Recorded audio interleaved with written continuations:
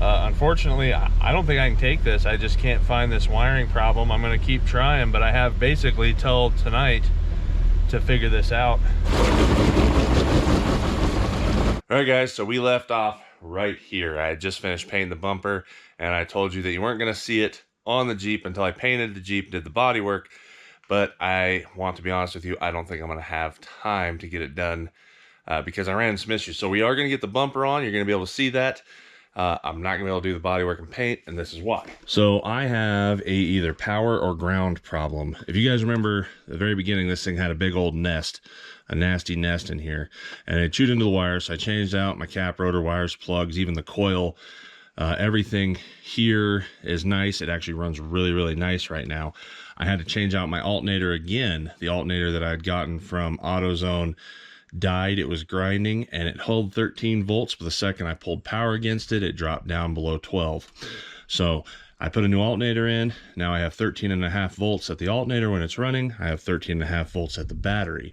Here's my problem. So I don't know if you guys can see this. I just started the Jeep up, but I'm really not showing 13.5 volts on my volt gauge, but I am showing 13.5 volts here at my Innova plug-in 12 volt lighter switch. So here's my conundrum. If I kick my headlights on, I lose 1/10 of a volt. That seems somewhat realistic. But if I kick my fan on, you see that? It dropped to 10 volts, and now it's at 12. But look at my gauge. My gauge is showing all the way down to like 11. So I have a problem. And it's either in a power or ground inside the system. Out of the battery, with all these on, I'm still showing 13.6 volts at the battery, 13.6 volts, 13.6 volts at the alternator, which means it's somewhere from my firewall in, I'm losing power or ground. If I turn all back off, I'm back at 13.5 volts. I checked the voltage at my fuse panel. My fuse panel is still showing 13.2, 13.3 volts. With anything on or off, it's still showing that voltage at the fuse panel. So I know that the power at the fuse panel is good. So it's either something up inside the engine. I did have that mouse had gotten into this corner of the Jeep on the passenger front corner. I did find one bad wire there, one bad ground going to my interior light on that side. So I don't know if that runs the blower fan or not too. So I'm gonna go ahead and fix that, and then I think I'm going to go ahead and replace the blower motor. I don't know about you guys, but like I said, when I kick it on, it's when I lose all my voltage in here. One of the other things I did while the cameras were off is I installed this power tank in the back of the Cherokee, and all I did was just screw the mount into the steel inside behind the plastic and bolted it in. And now I have this nice firm mounted air system that runs off of CO2. If you guys haven't looked into the power tank videos, make sure you check those out. The easiest and fastest way to get air to your system. I also went ahead and got a second mount so I can mount it on the Samurai so that I can interchange the bottle back and forth with the Samurai when I need to. I've also climbed my head way up in here to see if there's any other wires that look chewed up or anything I could move or make anything work different. And all the other wires look good. It was just a couple of wires that it got to, but it seemed to like the same wire. For some reason, this hot wire, it really liked this hot and ground. So we're gonna try to repair these and hopefully that'll fix our problem. I'm gonna go ahead and replace that fan, and we'll go ahead and replace this resistor just because it's cheap. This thing's like 10 bucks for a resistor. Okay, I don't know if you guys can see that, but right there is where that ground is chewed up. And then you can see where it has a few chew marks here and here. This just goes to the door. So I'm not sure if this is my problem. I mean, it'd be really unfortunate if it was, because it's literally just the door switch.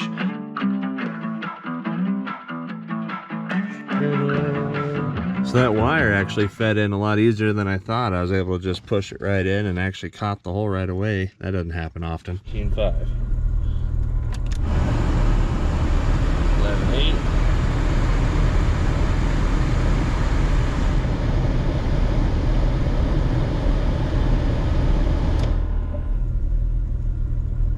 Okay, so just to make sure it's not the air conditioning pump itself, I'm going to go ahead and add one of these. I don't know if you've seen one of these before, but basically I can crimp it right onto the ground, snap it over, and then all I gotta do is put a plug, a wire, and I can plug right into that ground, and then I can tie that ground in over here. I know that's kind of bypassing the ground through the wiring harness, but it adds a ground backwards the other direction.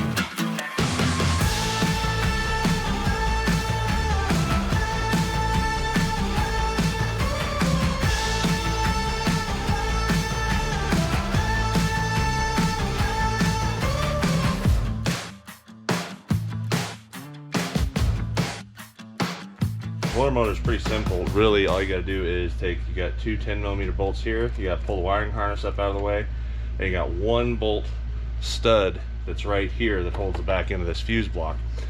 A lot of times, though, this thing's rusted, so you end up just having to pull the actual stud out itself out of the inner fender well. Just two 10mm.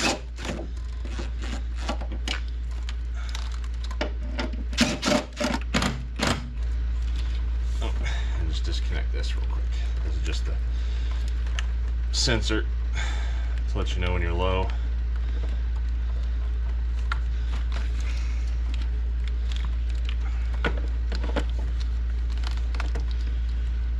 Alright.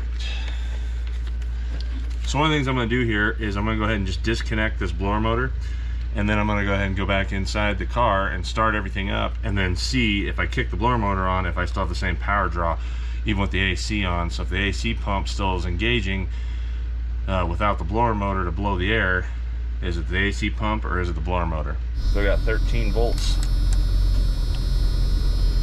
and it's still got 13 volts, so it's definitely the blower motor.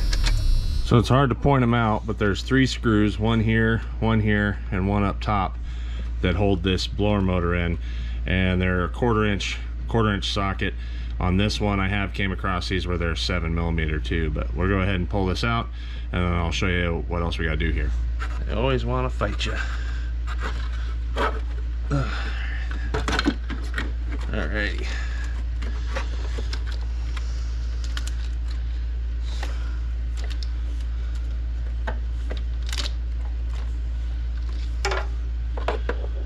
Hopefully, this is our problem.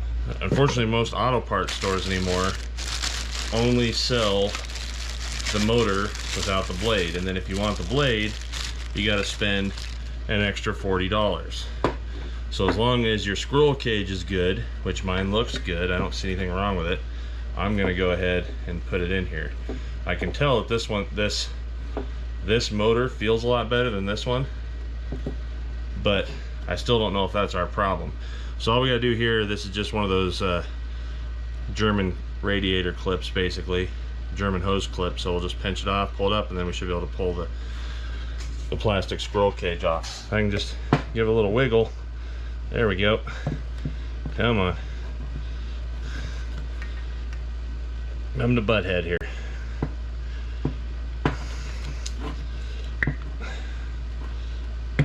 There we go. The exact reason why this thing is an extra $40 is because they know that you're probably going to break it taking it out. And then all it has a little flat spot, and you just got to set it back down on there. You must reinstall the German clips. That's it. Connect the recirculating hose back in here for the air, and that's it. How many jobs do you do as a mechanic that you wish you had an extra arm or a smaller arm that could, or a smaller hand that could that could reach into places better? Take my strong arm. 13.6. Moment of truth. 13.5. 9. Ooh. 12.3. Dang it.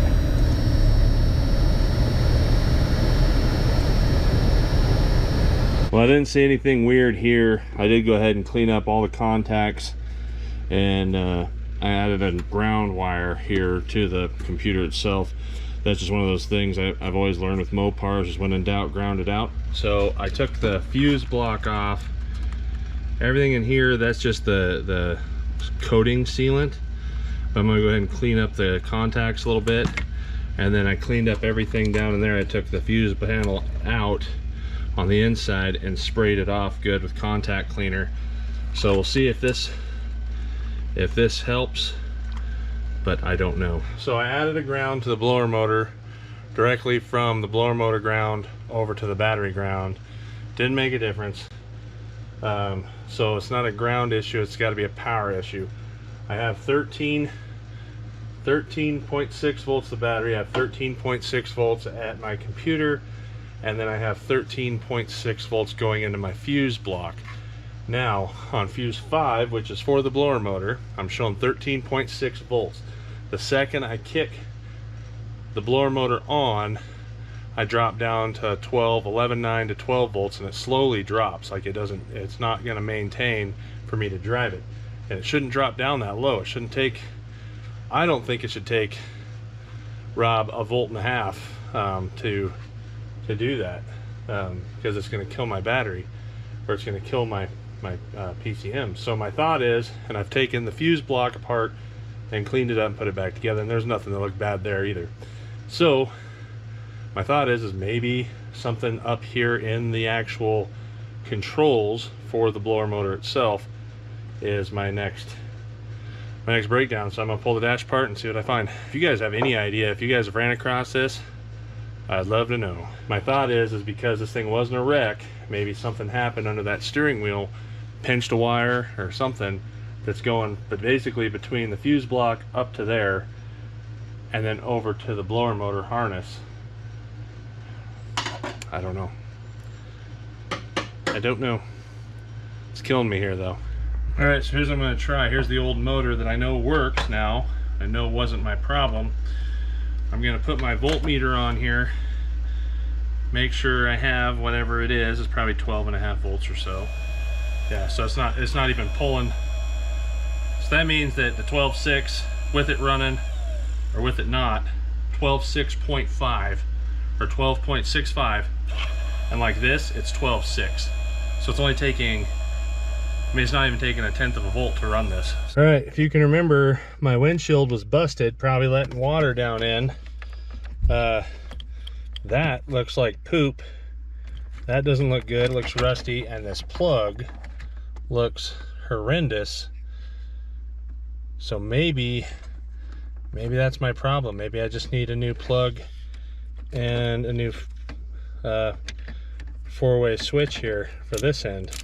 So unfortunately nobody had one of these at the auto parts store, but I was able to find a friend with a Cherokee, a parts Cherokee, where I was able to rob this and the plug out, and hopefully now I can fix it right, and hopefully this is my issue. Well, this is a super buzzkill. I got 13.5, got the new one wired in. The second I kick it up, drops down to 12.9, not too horrible. Kick the fan up, 12.1, it drops. If I let it sit and idle, it'll drop down, and if I let it sit and idle, it just keeps dropping. It drops down 11.9, 11.8, 11.7, and so the alternator is not charging through this somewhere. I'm still holding 13.6 the battery. Unfortunately, I don't think I can take this. I just can't find this wiring problem. I'm going to keep trying, but I have basically till tonight to figure this out. So kind of bummed out. Kind of bummed out that I've, you know, it's Cherokee. So guys, I'm sorry. I have big plans though. We got big plans in Colorado. We got big plans for wheeling, and we're still going to go wheeling. Just won't be able to take rat's nest, so it's just too much of a rat's nest, unfortunately. It ain't happening. I'm out here, it's late, it's dark, see, and it ain't happening. So, but I got some ideas. I think you guys will like. On the plus side, because you always gotta look at the plus side, my bumper looks amazing. All right guys, if you've been following along, then you know that the Cherokee is out for the count, and we are out of time, so we are going to be going to Colorado, and I didn't know what I was going to do, and my buddy Alex here, who's a good four-wheeling buddy of mine, offered up his JK to let me borrow rental. I'll drive it like a rental too. Right. But rental while we go down to Colorado with Matt and Hope. So this thing's kind of got an interesting backstory. I'm gonna let Alex tell you about it. So I got this thing salvage titled for the wife to drive because she wanted a JK, and it was completely totaled. Front end of the frame's been cut off and straightened out, and the whole front end's all new. I lucked into some Dana 60s down in Colorado for super cheap. They were broken, had 2 busted shafts in the front and a busted inner C and a broke ring and pinion in the rear. So I fixed those, and I slapped this thing all together for kind of a similar trip to what Colt's going on here right now, yes. And it took me about 9 days of nights and weekends, and I slapped it together and threw it on a trailer with about a half-mile test drive before it loaded on the trailer and went to Colorado. I am at the top of death. Make sure you stay tuned through this series through Colorado as we encounter mountains and bears, castles, cliff roads, vehicle problems, and everything in between. This is going to be a series you definitely don't want to miss as we are chasing for Colorado's deadliest trails.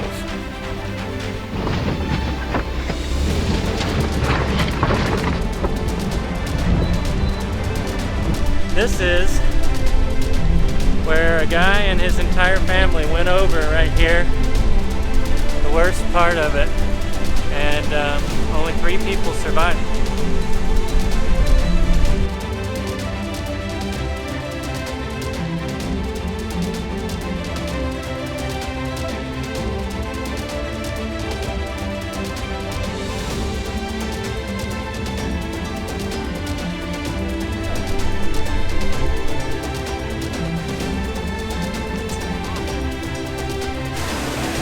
And as always, thanks for watching. Wiring. It's for the birds.